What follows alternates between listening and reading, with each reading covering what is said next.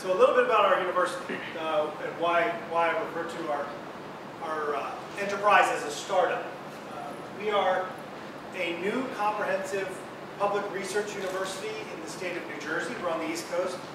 We're located about halfway between Washington, D.C. and New York City. We're right on the Atlantic Ocean, or close to the Atlantic Ocean. Our university was founded in 1923, but it was a small teachers' college until 1994, and a gentleman by the name of Rowan, who was an engineer, he donated $100 million to the university to create a College of Engineering. The College of Engineering started in 1997. Prior to becoming a university, the college was best known for hosting a summit between the Russian premier and the U.S. president, and that was about 50 years ago. That was thought to be the end of the Cold War between the two countries. So as we've rapidly grown in the last 5 years, one unique aspect of our university which makes us very distinct in the U.S. is we have 2 medical colleges, a traditional MD program as well as a DO program. It makes us very unique, but it also expands our capability how we could do research in the biomedical engineering space. So College of Engineering, really we are a startup. We're less than 20 years old. Founded in 1997, opened the doors with the traditional majors, civil, environmental, chemical, mechanical, and electrical. First class graduated in 2000, and for the first 15 years of existence, the college focused solely on undergraduate engineering education and has been consistently one of the top performers in that space. In fact, in most recent rankings, our college is ranked number 22 of all engineering programs in the country. So we're a very, very elite undergraduate program. And 2 years ago, we began our doctoral programs, which is one of the reasons I'm here today, is we're very anxious to begin recruiting students for our doctoral programs. Our hope is in a 5 to 10 year period, we can be as elite and exclusive in the graduate research space as we are in the undergraduate education space. So our college, we're approximately 1,500 students. So we're a middle-of-the-road size public institution. We actually have grown to close to 70 faculty. We now have 6 departments as we've added a biomedical engineering program in the last 3 years, as well as an experiential engineering education. And I think exciting to us,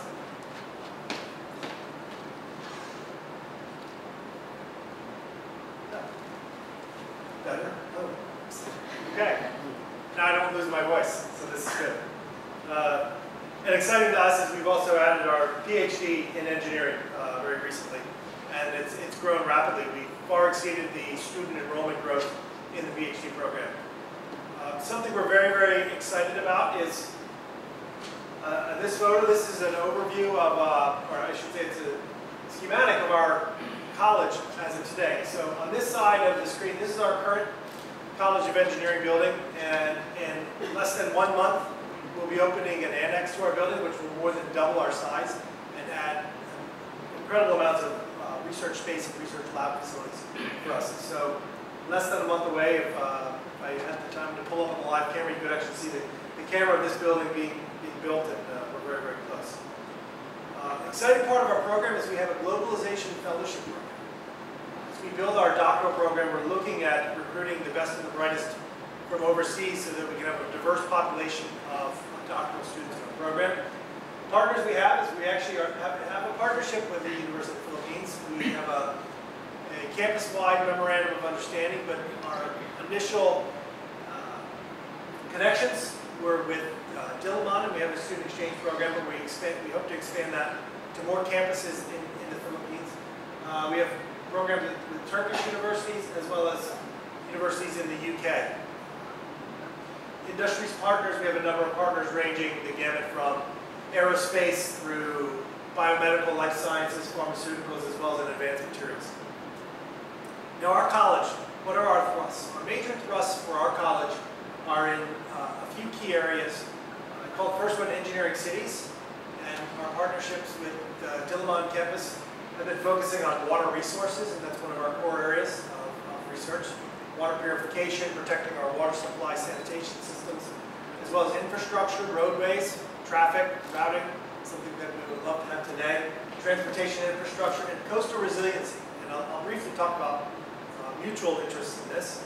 we're very interested in advanced materials, particularly materials, new ways of preparing plastics, construction materials, manufacturing materials from a green lifestyle.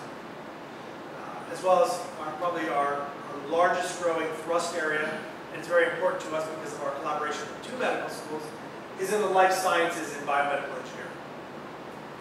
So just briefly talk about resiliency in engineering cities and why we're interested is we are a coastal state in the United States. We often have severe flooding and severe damages from winter storms, large winter storms northeasters is what they call them in our space, as well as hurricanes flood our coastal plains. So we have very similar concerns in the coast of the U.S. So a number of our researchers have begun, how can we do resiliency planning? About 4 years ago, New Jersey was struck by a large hurricane, which is very rare, but the frequency of more severe northeastern coastal storms the frequency has increased. So we're trying to develop programs of how can we develop models, coastal modeling, that will help us prepare our coastlines in a better way. How do we make decisions? For example, we're not far from New York City, which is essentially an island. How do we make decisions about preparing our cities under different conditions of flooding? So this is just a map of showing how we can predict the flooding, and we can predict how will different areas of cities be inundated under different types of flooding scenarios. It allows the policymakers to make important decisions on where to deploy the resources in rebuilding our cities as well as preparing for future storms and disasters. And some examples of some of our faculty working in water contaminants. We're looking at ways how can we protect our watershed. It's a big problem on the East Coast. We have a large base of manufacturing in the U.S., particularly in the pharmaceutical and chemical industry. And there are concerns about contaminants in our water streams and rivers and estuaries. And we want to make sure we can provide a clean drinking supply for our residents as well as clean farming.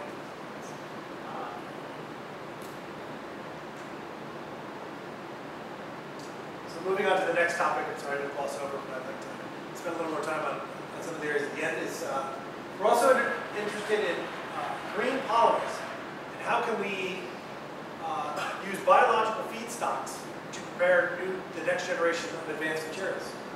So we're really looking at, in the polymer manufacturing, how can we go away from traditional toxic chemicals that are used as precursors for plastics, coatings, materials for aircrafts, automobiles, pretty much anything we use in day-to-day life operation. And how can we get them from bio-based products, from soybeans, from chitin, from cellulose-based materials, break those materials down to their base building blocks, and then rebuild plastics from these materials. So this is a large-scale operation for us.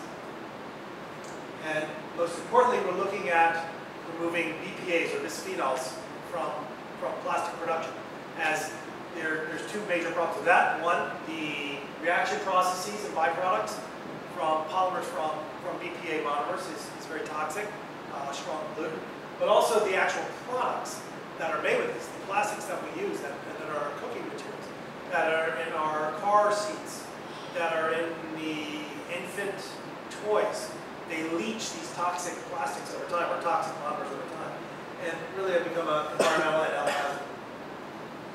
So it just gives an example of a wide range of materials that we developed and different types of monomers that we derive from the feedstocks. It just shows we can get a wide range of properties of the materials. So we can go with softer, self-healing materials for certain types of applications, as well as lightweight, high-strength materials for aircrafts and homes and automobiles.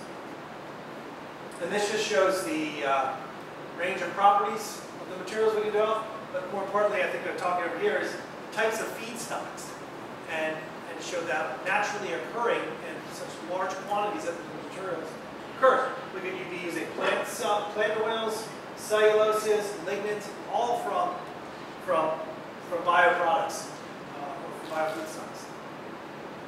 So now I want to shift gears and focus maybe more a little bit briefly on our life sciences and biomedical research. So the areas that are growing for us in life sciences, I would say, are cellular and tissue engineering, generating new tissues, creating synthetic tissue replacements, drug discovery and delivery, which has been a very rapid area of growth for our university, but also a very productive area for our university. Dr. Mandia will talk about it. And biomedical devices. And as I talk about these areas, though, I want to focus is I carefully use the word startup for a couple of reasons. One, our biomedical engineering and our life science programs are very new. Less than 20 years old for our engineering college as a whole. Biomedical engineering in our medical schools are less than 5 years. So we are a startup in that sense of the word. But also that we have a very entrepreneurial mindset to how we go about the research that we do. So we're engineers, and we pride ourselves at being involved in research that has solutions to problems. So we're interested in the basic research itself, but we're even more interested in what can we do with this basic research. So some projects I'm going to talk about that are interesting is in the medical device space. One of our projects that we're working on is developing polymer systems to replace the meniscus in the knee. So we're looking at synthetic materials to recreate the meniscus in the knee. So many of you may have, if you're athletic or you're just aging, you may have had problems with the meniscus in your knee. Degradation of the meniscus, how it wears down, is eventually the reason why a lot of people, as they age, are in the need of a total knee replacement, because the meniscus has completely worn down. So we're developing polymer materials that we can replace the natural degrading meniscus in the knee that has all of the same properties of the natural tissue. That is, it replaces the shock-absorbing characteristics of the meniscal joint. It replaces the lubricating properties, that is, it keeps the bones from rubbing on one another. And it can, of course, function in athletic or a cyclic loading, which it needs to do, because we're not static, we're moving all day. We're running, we're jumping, we're walking, and this needs to take a lot of loads. And as we've designed it with our approach, we're not just polymer scientists, but we try to mimic how nature has structured these materials. So we patterned the hydrogel, we patterned the polymers in these materials so that we can distribute our loads the way nature was designed. Onto the cellular engineering aspects, we're looking at projects in nerve regeneration. So a big issue that we're looking to tackle in the United States is spinal cord injury. Large number of cases every year, particularly in young adults. And this comes from different types of injuries. Accidents, car accidents is the largest cause of spinal cord injuries. But there's about almost 250,000 Americans living with spinal cord injury. It's a debilitating injury. Patients are either quadriplegics or paralyzed from just the leg down. But they're really sentenced to a life in a wheelchair, a life with a loss of function. There are no drugs, no miracle drugs, no treatment options. The only treatment is for helping to focus on the quality of life for folks with spinal cord injury. So we look at developing new polymer materials, scaffold materials. We're trying to bridge the spinal cord injury and regenerate the nerves in the spinal cord to help a paralyzed person walk again, or a paralyzed person have access to their arms again. So our approach is to prepare polymer systems that can be injected as a liquid and form a scaffold inside the body, inside the nerve defect.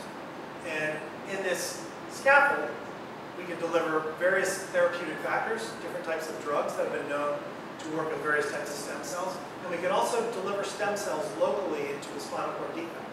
And what we've done in some of our preliminary studies is we've transplanted cells into a spinal cord defect.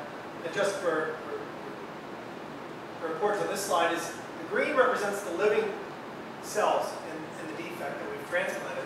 And just to show the importance, over a 31-day study in our spinal cord defect, we've been able to have the cells regenerate, extend, and actually make connections in the natural tissue. And that's important because to bridge a spinal cord defect, we need to bridge the neurons within the spinal cord. And that's, if we can reconnect those neurons, we believe that there's a chance that we can start to help paralyzed people recover some function. So now I'm going to move into the entrepreneurial piece of the presentation and speak about a few startup companies that are coming out of our research in our College of Engineering. So the first focus is on a startup that's trying to treat the brain tissue following the stroke or a heart attack. Problems in stroke or heart attack, the blood supply to the brain in folks, patients having a heart attack or stroke, they're deprived oxygen to the brain. So rapidly the brain tissue will die, and even if the patient could be saved from the stroke or the heart attack itself, in many cases they suffer from brain death or brain damage, which limits their quality of life. The Focal Cool company is looking at ways to cool the brain and cool the tissue for people suffering from heart attacks or strokes to allow them more time to get to the hospital and be treated. Now what does the cooling do? The cooling prevents the damage due to lack of oxygen. So our engineers have been developing cooling systems, proprietary cooling systems that can be delivered, for example, could be used in an ambulance, and when they go to the site of a patient, they can cool the tissue, help stabilize the patient, protect the brain until they can get the patient to the hospital and get the heart restarted or get the blood circulation in the event of a stroke redone. So another startup company is focusing on drug delivery and therapies for the eye. So a number of diseases of the eye require daily use of eye drops. They could range from something as simple as just somebody who has dry eye, which is a mild inconvenience, or just somebody who has a more severe condition or a glaucoma, where the eye drops and the medicine in the eye drops are very, very important to prevent further damage to the eye and even blindness. So the problem with using eye drops is they're very ineffective. When we use eye drops daily, if they have a very specific medicine, less than 10% of the drug delivered via eye drops actually makes it to the site that it needs to be delivered. So it's washed out of your eye, it's rubbed out of your eye, it just flows out of your eye, it goes into the nasal cavities. It doesn't get to the site where it's delivered. So a faculty member at Rowan has developed unique contact lenses where they can actually structure the polymer to hold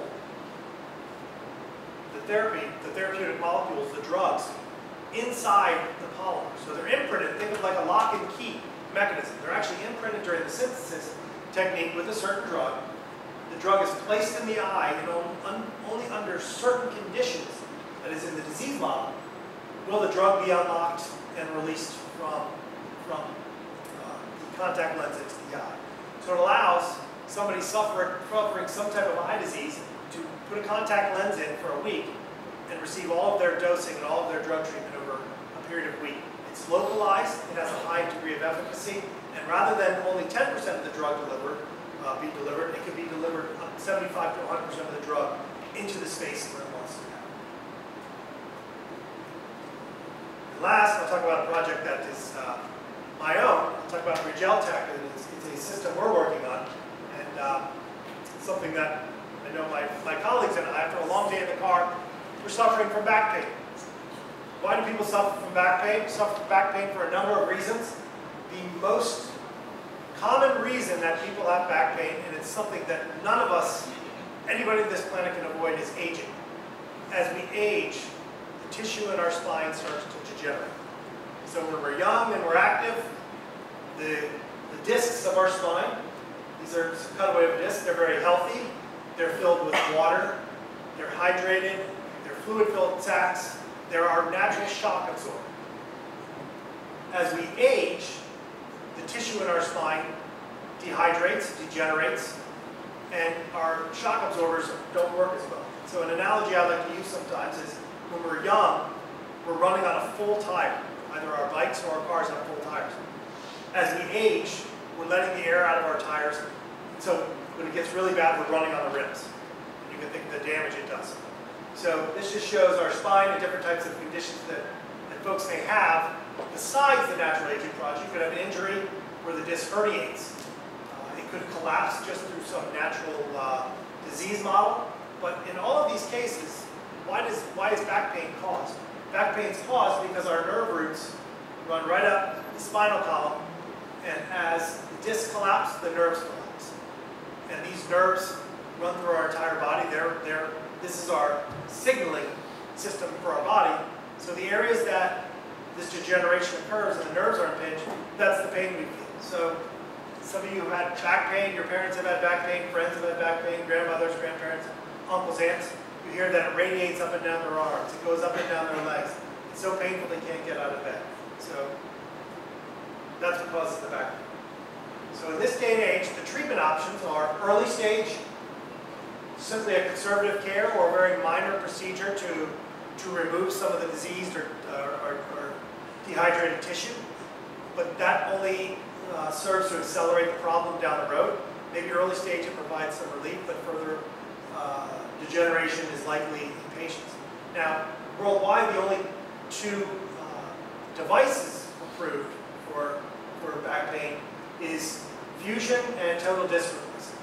And in those cases, instead of just replacing the core of the disc, there's a very invasive surgical procedure. It takes actually between 6 and 8 hours. The patient is fully anesthetized on the table, and the doctor goes in and takes out the entire spinal segment.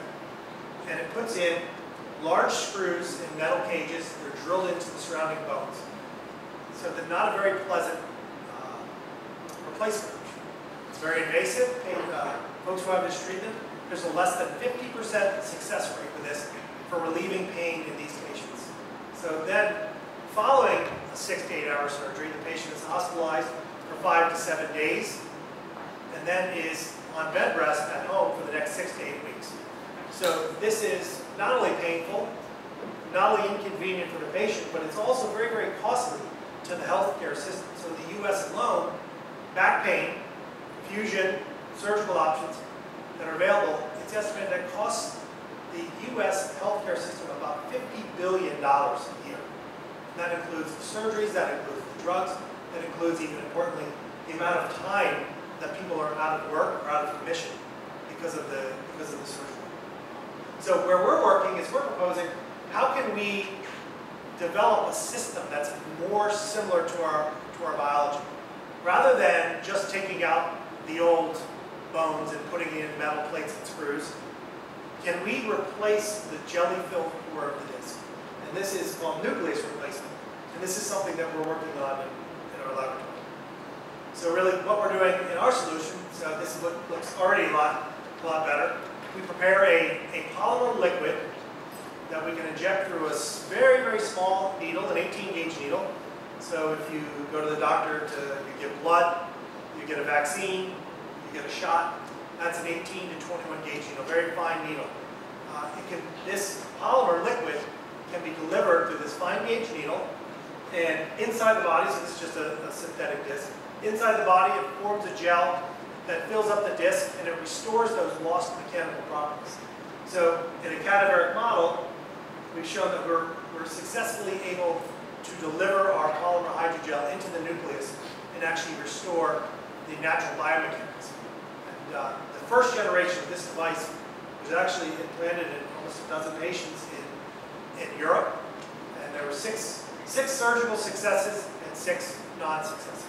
So we had to go back and reformulate to redo it. But in the cases there, we're looking at patients who have had this, 6 patients who have had this, are going on almost 10 years with these implants in their body with no reported pain. In fact, patient number 1 went from a highly obese man who had lived a very, very sedentary life. He popped off the surgical table in less than 45 minutes. And after the surgery, he lost almost 150 pounds because he was able to resume an athletic and natural lifestyle. So how do we do it? We have a very simple surgical procedure. We gain access to the disc. We remove the tissue. We heat up our implant. We can size it. And voila, just using a very simple surgical gun with an 18-gauge needle attached, we deliver our implant into this line. So we made a much better implant than our last attempts. It goes in surgically a little easier. We have a little better way to take the tissue out. And this new generation of device, we expect that we'll be in clinical trials in Europe somewhere between the next 12 to 18